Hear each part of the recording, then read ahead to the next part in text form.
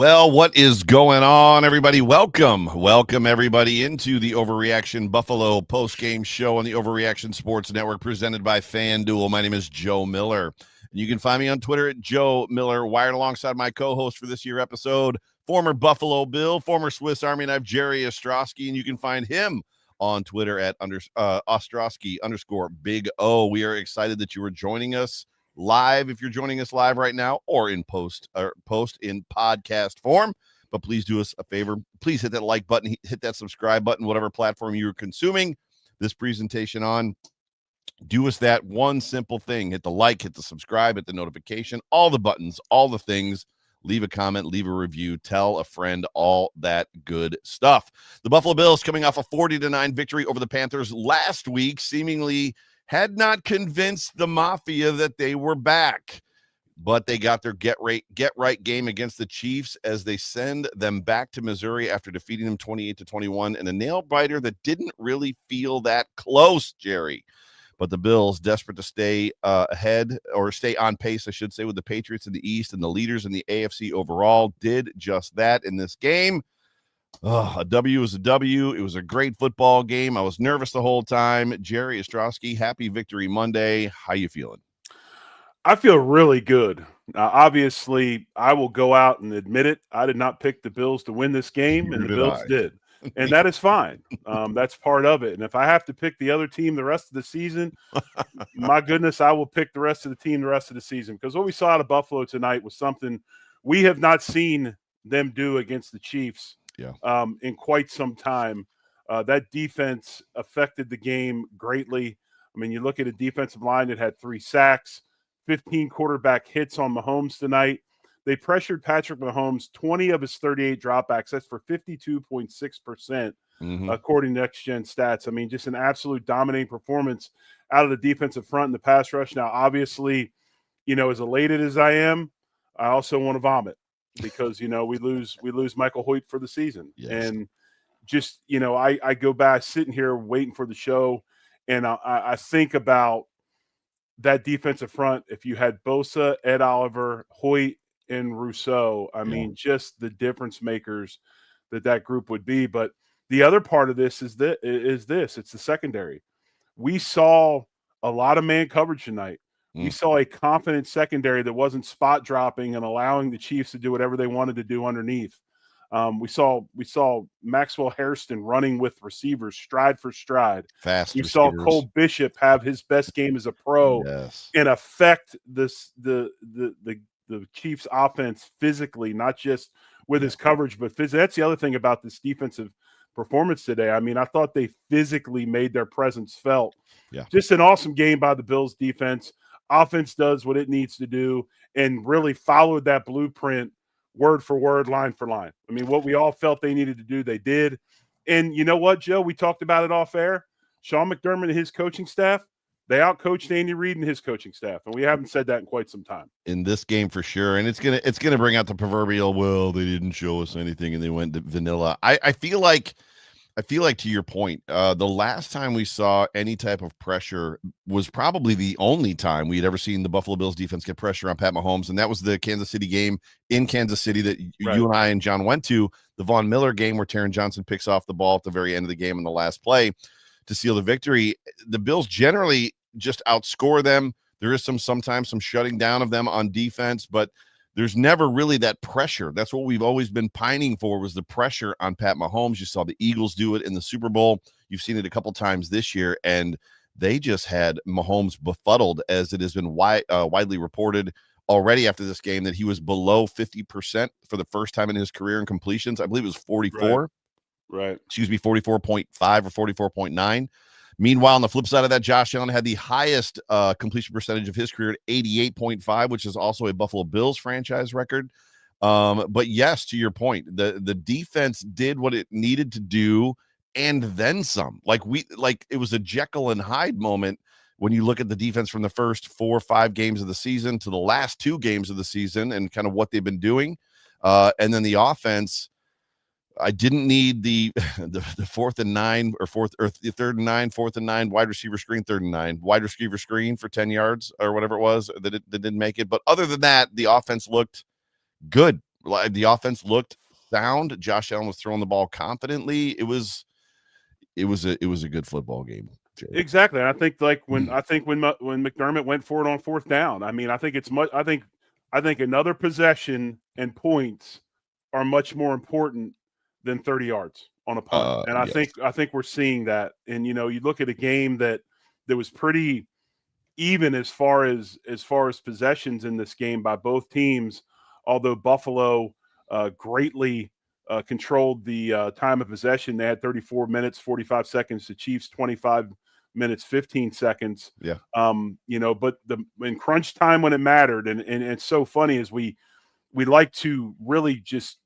hyper focus on this past game, Joe, and how we got to figure out how to get it. And they did tonight. And obviously Kincaid's a huge part of it. Oh yeah. We saw slot receivers get vertical. Elijah Moore's catch was a huge catch.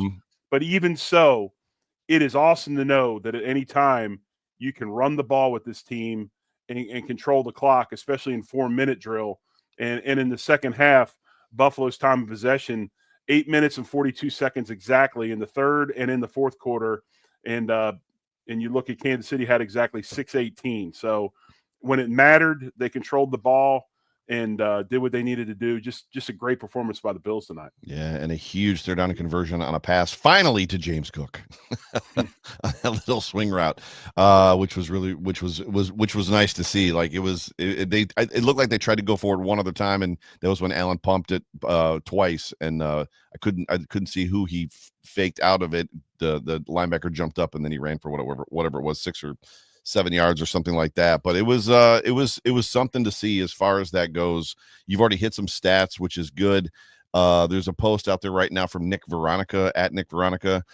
He said, insane list. Only 4 players in NFL history have scored 6+ rushing touchdowns in each of their first 8 seasons. Jim Brown, Marshall Faulk, LaDainian Tomlinson, and Josh Allen.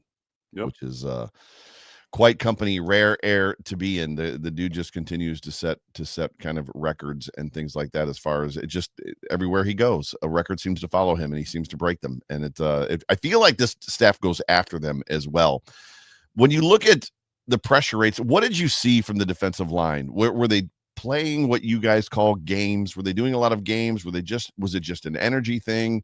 Were they overcoming the Chiefs offensive line and what they were trying to accomplish? What did you see in the defense today?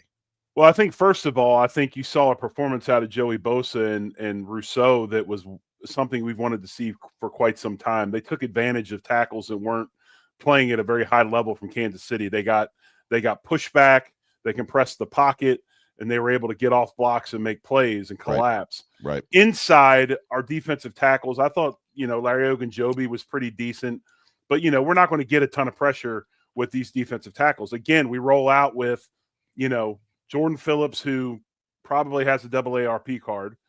And then we also roll out with a practice squad guy which proves my point. I've been told his name about 3 or 4 times and I still don't know who he is.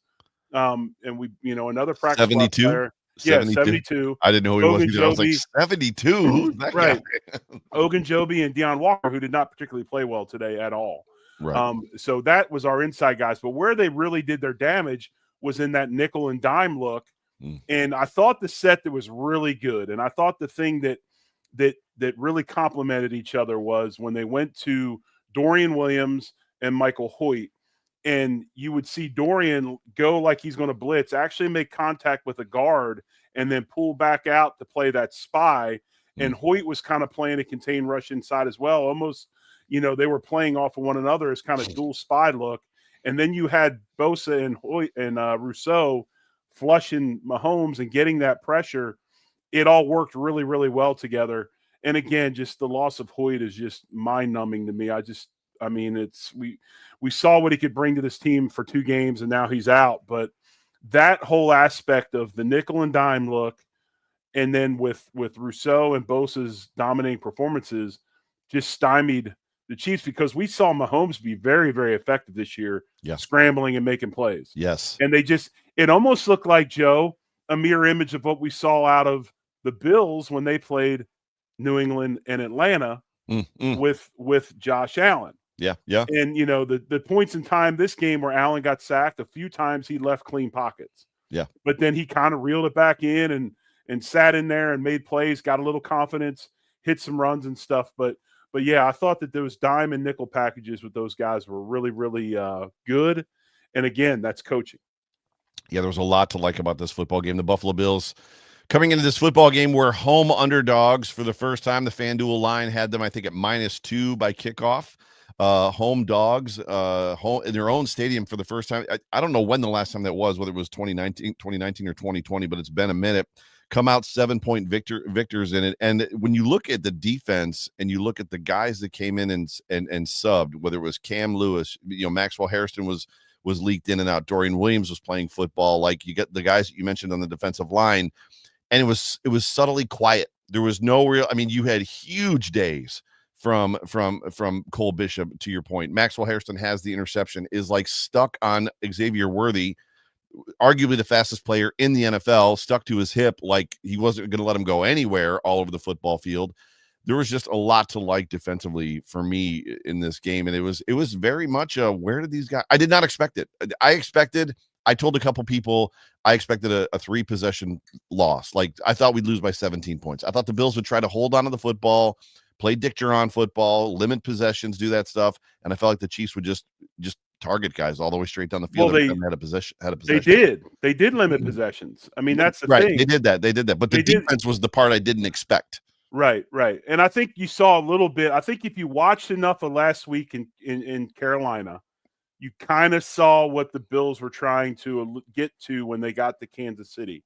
I think that's why as soon as Hairston was off the IR and activated on his 21-day, the minute they could get him in, they got him in. I think there was a reason for that. It was to give him some reps to get him ready for Kansas City. And like you said earlier, when have we ever seen a Bills secondary player run stride for stride with anybody in a red and gold jersey? It's just not done. Right. And they did that. And I think really, honestly, I think the question, if you want to look at one question about this game defensively, if Shaq Thompson is healthy, does he play quite a bit in this game for Terrell Bernard? Because Terrell Bernard still had some issues in his drop coverage, had some confusion. Yeah. I don't know if he was responsible for some of the confusion in lineups that caused McDermott to call timeouts. The other thing it's hard when you have Bernard in the game is the interior defensive tackles have to be 100% correct. If they are not correct, Bernard's size limits him from coming downhill and taking on guards and centers and making plays in the running game. And I think that's where you saw some of the deficiencies. If they had one area on defense tonight, and granted, I think Sean McDermott would tell you, I will trade a 5-6 yard carry, 7-8 yard carry for a 30-yard pass any day of the week. But still, I thought that the Chiefs running backs, although they did have 79 yards on 20 carries, they averaged 4 yards a carry. I do think the middle was a little bit soft. And, would it have looked different if Pacheco was in? And would it have looked different if the Chiefs weren't down 2 scores in the second half? That altered, I think, that running game a little bit. But early, there was too much room inside in the run defense for Buffalo. Yeah, I don't have the stats and I don't have the proof necessarily to corroborate the next statement I'm going to make, but my eyes generally tell me things. I feel like Kareem Hunt has always been a bigger problem for this defense than Pacheco has. I don't remember Pacheco games, right? Whereas it seems like Kareem Hunt, they'd bring him on a 3rd and something and he would just tear something off and or run out the clock on the Bills or, in one of those types of drives. There was a ton of stuff to like. We've hit a bunch of it. We should probably talk about some of the things that maybe we didn't like much.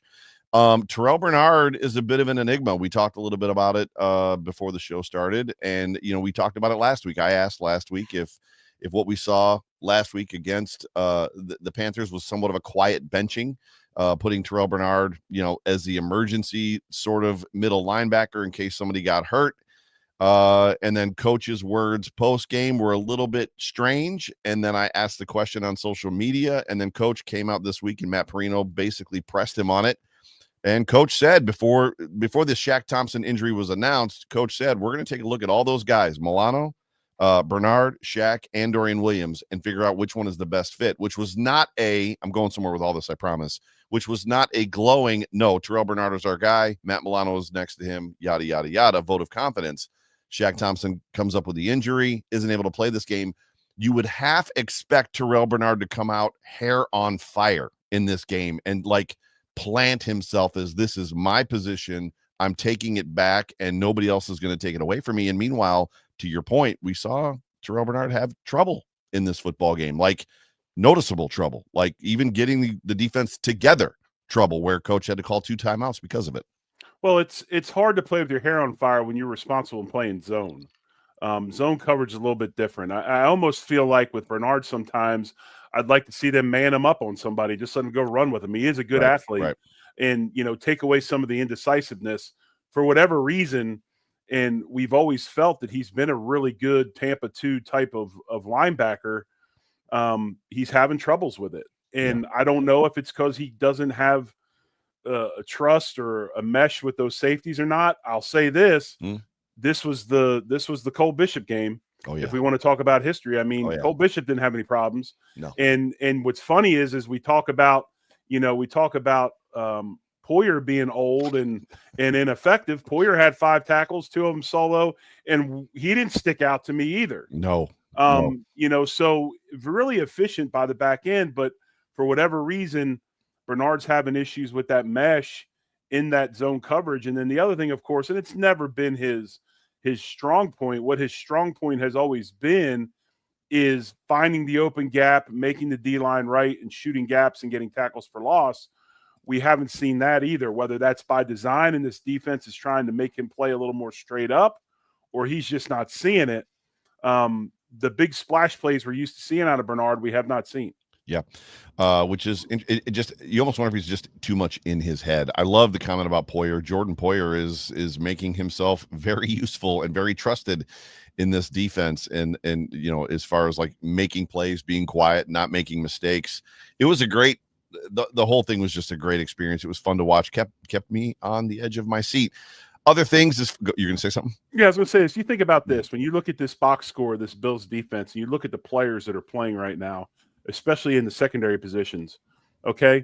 We played Cam Lewis. We played Dane Jackson, played Jamarcus Ingram, Jordan Poyer. Yep. Okay. Tre'Davious White, who has been Tre'Davious White shell of himself. Yep. And we shut them down at 350 yards of offense. Right. And I don't think that anybody really truly understands, when I look at the biggest difference between this team, this game today, and then the way we've played the Chiefs in the past, just how important quarterback pressure is. Yeah. And that group up front, man, all the flowers, all the accolades.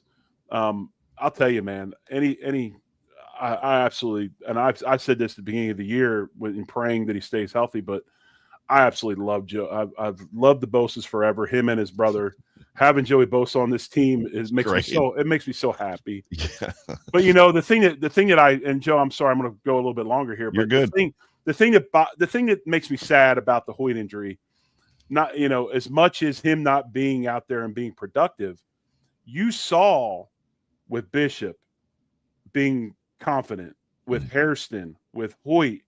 There was a different kind of energy on this defense. Yes. They were fired up. They're flying around. Joey Bosa's flexing, and he's doing all his things. And it was like it was infectious. And that's what defensive football is about. It's like in baseball when you get a couple of base knocks, now all of a sudden, everybody's hitting. Momentum, they call it. Momentum. And this Bills defense has been so kind of flat. And tonight you didn't see that. Right. It was great. And it's just because of these attitudes and these guys – this new blood playing. It's just a little different. And I think that was the biggest thing to me, besides just that pass rush, is just the energy they played with. They're having fun. Yeah, they were having fun. There's going to be one play that coach is going to be pounding the proverbial desk at, maybe even snapping it in half. And that was the 4th and 17. My goodness, Jerry, the guts to go for it. 4th and 17. They're around their 40 or the Bills 45, 46 yard line. I could not believe the proverbial cojones to make that play call. We're gonna put our offense out there 4th and 17. Well, first and foremost, be happy you did not have to listen to the television Oh, geez. When that was going on. Oh, geez. Because Romo talked about the genius of Andy Reid for about 15 minutes. He just wouldn't stop. Right. And based on that play, and they did something that was interesting that I thought was really good. And what they did was because the blitz was coming, they gave the Bills kind of almost like a faux screen look. Right. Okay. And they manipulated Bosa to where Bosa's so dang experienced. He saw this and was like, I saw it. Yep. The gig is up. Like something's up. Right. So he pulls up and they take that extra blocker and they move him inside and they pick that blitz up, which allows him and gives him time. And by the time Joey restarted, It was too late and they're able to get that deep completion. So Andy Reid did manipulate that Bills defense with that play. It was a very good play. And like I said, be happy you did not have to listen to CBS in that instance, because there was some serious Chiefs glazing going on, as Autumn says down here in the I think it says Autumn. Autumn. As Autumn he says in the comments. Welcome. Autumn had that. I see Autumn on Twitter on X all the time, but I not that I pay a ton of attention to the comment section, but Autumn, it's great to have you back. And I agree. The Glaze Fest was a little much, but yeah, it was a great design by them, and they kept it in the bag until they needed it. And you're like you said, Joe, man, 4th and 17. That's some serious cojones. Yeah, it's just something you don't see every day. That is for sure. Getting into the stats, and please feel free to stop me anytime you'd like. Patrick Mahomes in this game was 15 of 34, which was, like I said, 44%, lowest mark of his career for 250 yards with 1 interception. I believe he was sacked 3 times, if I'm not mistaken. And you give the pressure rate again, how much he was pressured and hit? So he was hit 15 times in the game. And Next Gen Stats had him getting pressured 20 of 38 dropbacks, which was 52.6% of the time he had pressures. I mean, that's solid. It just proves that you got to get home. The Bills have done that. It's just, it was just incredible. 15 hits is unbelievable. And that big one by AJ Epinesa where he planted him in the ground, and like going out of bounds. And I've said this a million times, and I'm going to say it again. The addition of Ryan Nielsen to that defensive line and that defensive front 7 has been marvelous and nothing but extraordinary. So props to McDermott for bringing him in and being that guy to get them lined up. Yep. Kareem Hunt in this game, 11 carries for 49 yards, 4.5-yard average with a touchdown. Brashard Smith, 3 for 7. Xavier Worthy, 1 run for 7 yards. And there's a couple others in there. Rasheed Rice had 1. Receiving, Rasheed Rice led the day, 4 receptions for 80 yards. He has become a focal point of their offense in a hurry. And this game was very much about Hollywood Brown. He's always in a hurry. Touche. 2 for 73 yards for Hollywood Brown. Kelsey. Oh, Jerry, it's not just the Buffalo Bills.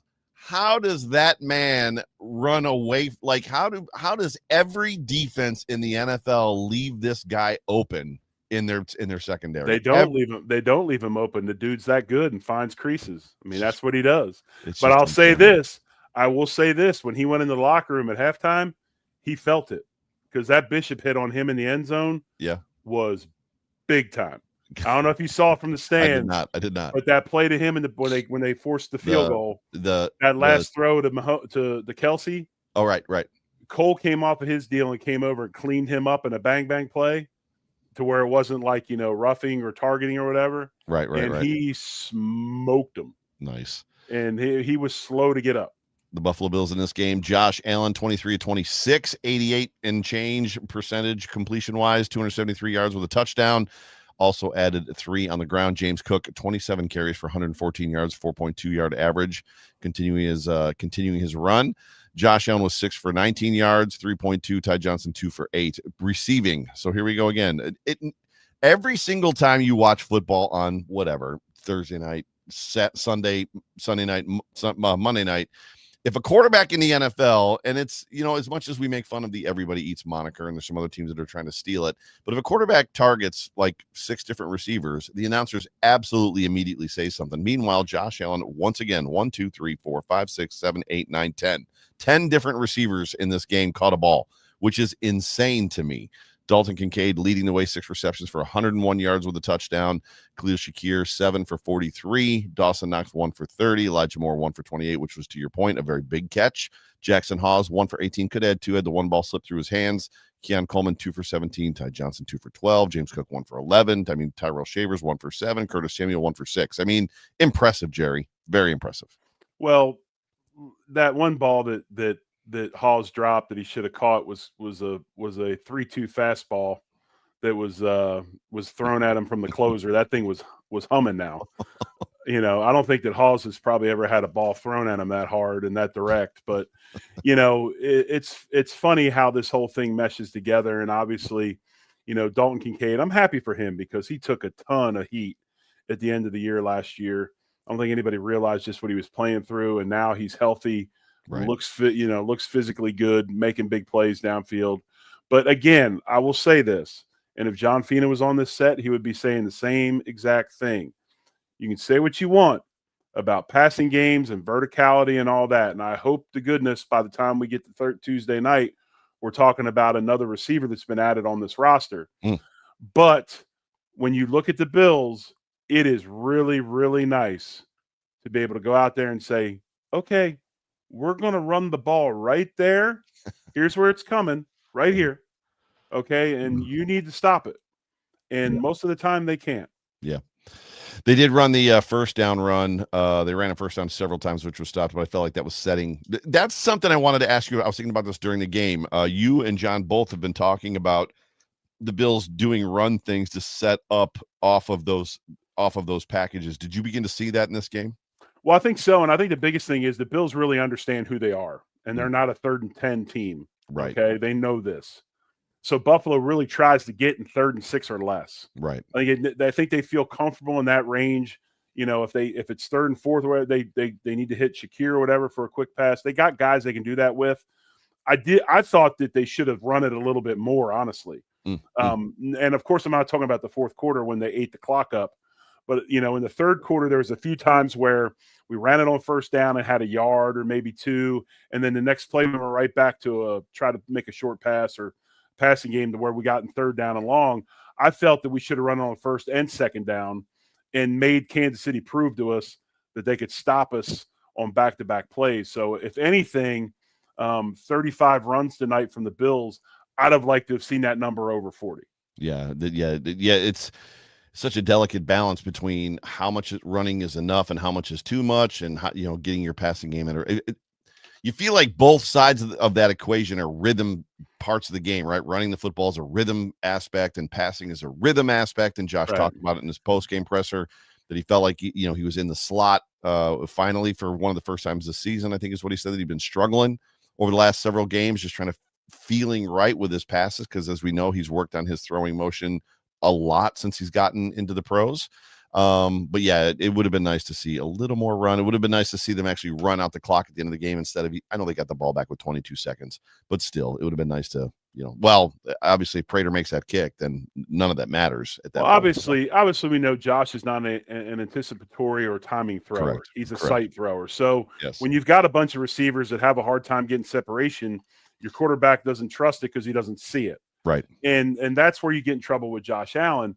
He did have a couple of self-inflicted wounds tonight. Times that he left the pocket he shouldn't have, that he had clean pockets. But for the most part, he was right and much different than he was the last 3 weeks and what we saw of him. So hopefully we can continue to build upon this and keep doing what we're doing. And like I said, hopefully Tuesday nights on the Beat Show or 7 days of Sunday on Wednesday, we're talking about the addition of somebody. I don't know, Rashid,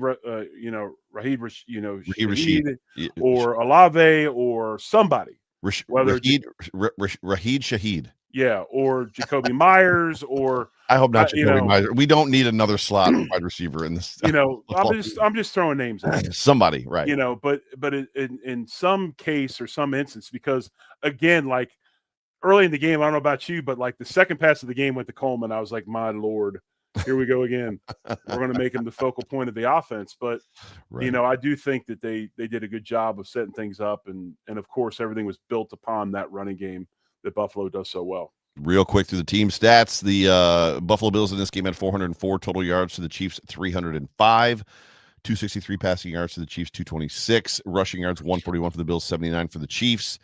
Yards per play, 6.3 to 5.4. First downs, 23 for the Bills to the Chiefs, 16. Third down efficiency, 7 of 12. Your guys' magic number, over 50%.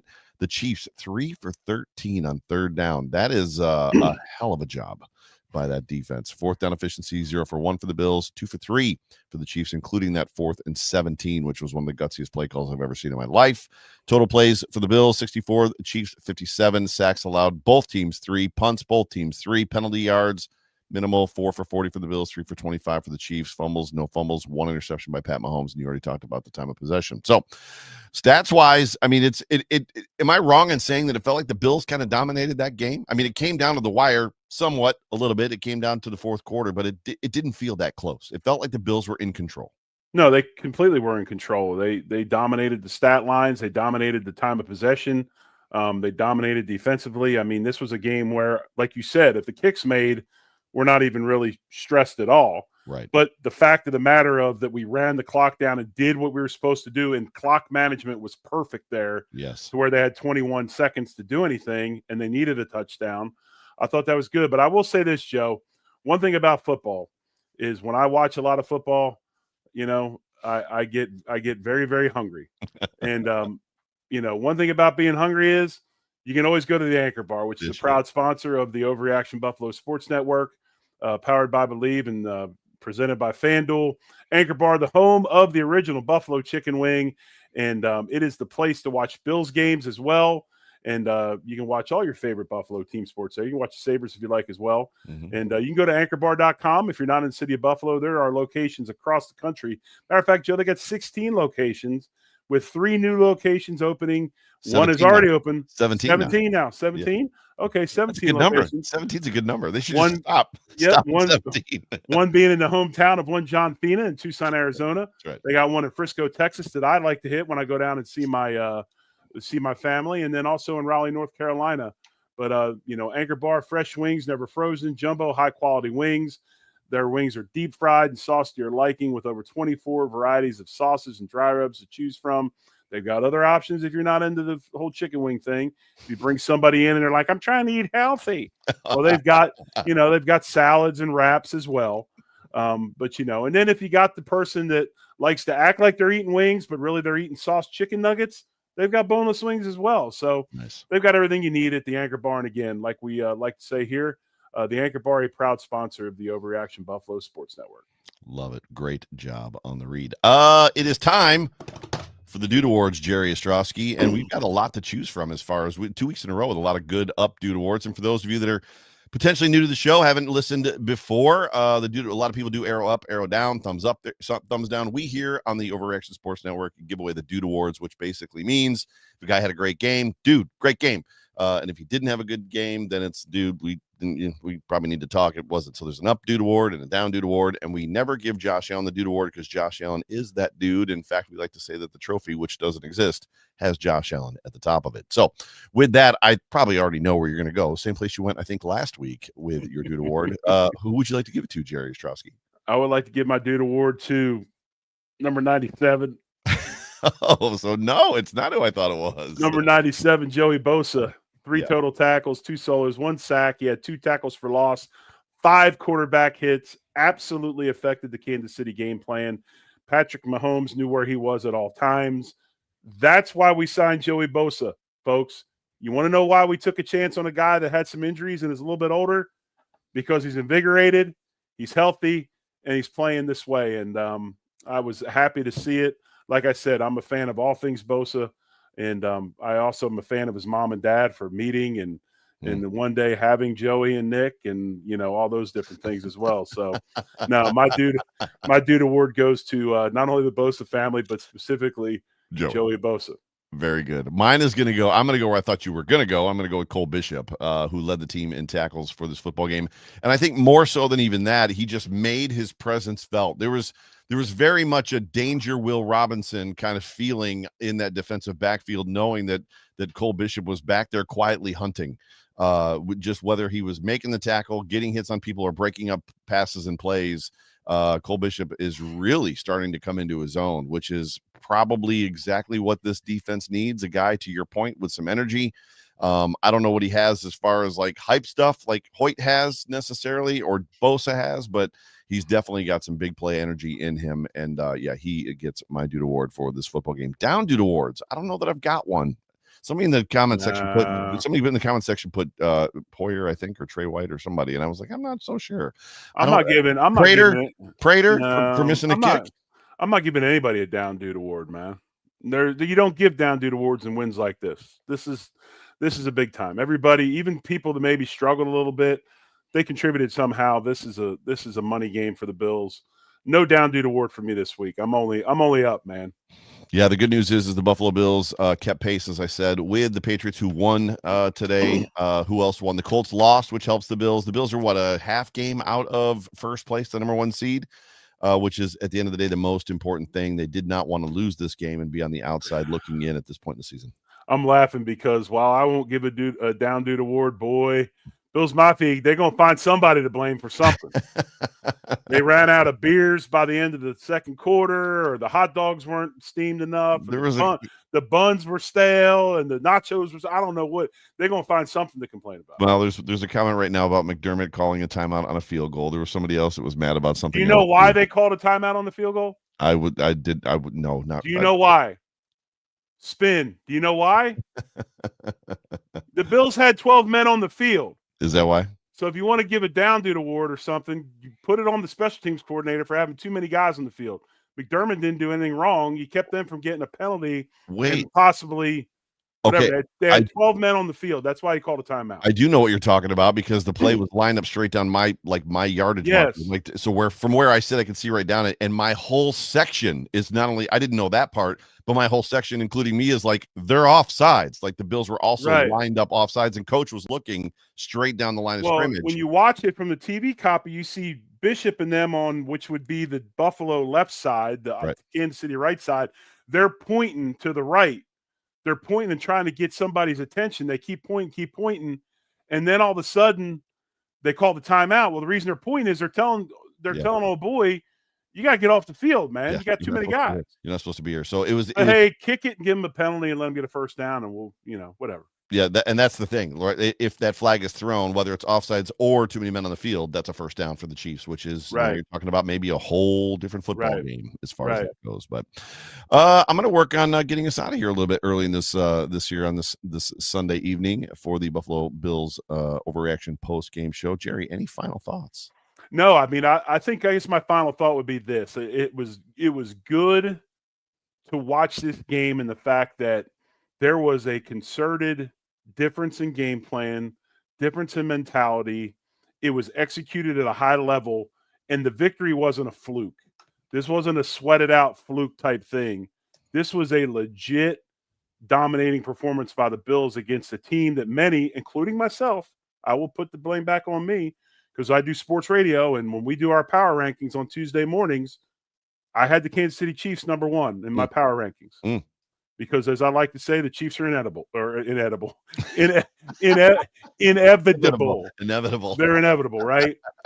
and they beat them. They beat them up today, and I think that's why you saw the different demeanor out of Kansas City in the press conference and the post game. Not the Mahomes sashaying up with his typical "see you in the playoffs" and all those things. I mean, that's why you didn't see that, because they got beat up today, and now they got 4 losses, and they realize. Things got real serious real quick. Yeah, the good news is everybody in the comment section is agreeing with you that the Chiefs are inedible. So bad taste. They give you a bad. Oh, they give you bad taste. That one's not heartburn too. No one's gonna fight you on that one, Jerry Ostrowski. So this week coming up on the Overreaction Sports Network here in Buffalo. Tomorrow, Monday, or if it's Monday and you're listening to this today, the Salen's off tackle with John Fina's show, who and myself or Jerry will be with John for that episode. Tuesday, we're supposed to have Chris Trapasso joining us, who I've been trying to get on the show for a couple of weeks. And then Wednesday, 7 days to Sunday with Zig Fracassi and Jerry Ostrowski. And then Saturday, the walkthrough with Anthony Marino. And then, of course, Mafia Bets. I don't think we had a good week this week on Mafia Bets. Dan went heavy in the Chiefs game, and a lot of the usual things that happened in the Chiefs-Bills game did not happen. So I have a feeling we took a little bit of a beating this week on Mafia Bets. But regardless, it's been fun. He's way up. He before this weekend, he was up 600%. on the year. Crazy. And he's only betting 100 units a week. So it's not like he's betting all of it every week. Like, oh, we won this week, so we're going to bet all of it. I got a lot of bad habits. I'm glad that's not one of them. That's one of them. Ladies and gentlemen, thank you so much for tuning into the Overreaction Buffalo Postgame Show on the Overreaction Sports Network, presented by FanDuel. Happy Victory Monday to you. Enjoy this win. I don't think there's going to be a lot of people fighting about this win, Jerry. I think the Mafia should be satiated, for lack of a better way of saying it. He says no. It's good to have every single one of you join us, especially those of you join us live in the comment section. But for me, for John, for Jerry, for Zig, for Ant, for Dan, and for everybody here at Overreaction, appreciate you guys. Love you. Go Bills. Much love, Bills Mafia. Much love, Joey Bosa and the Bosa family. Go Bills. Go Bills.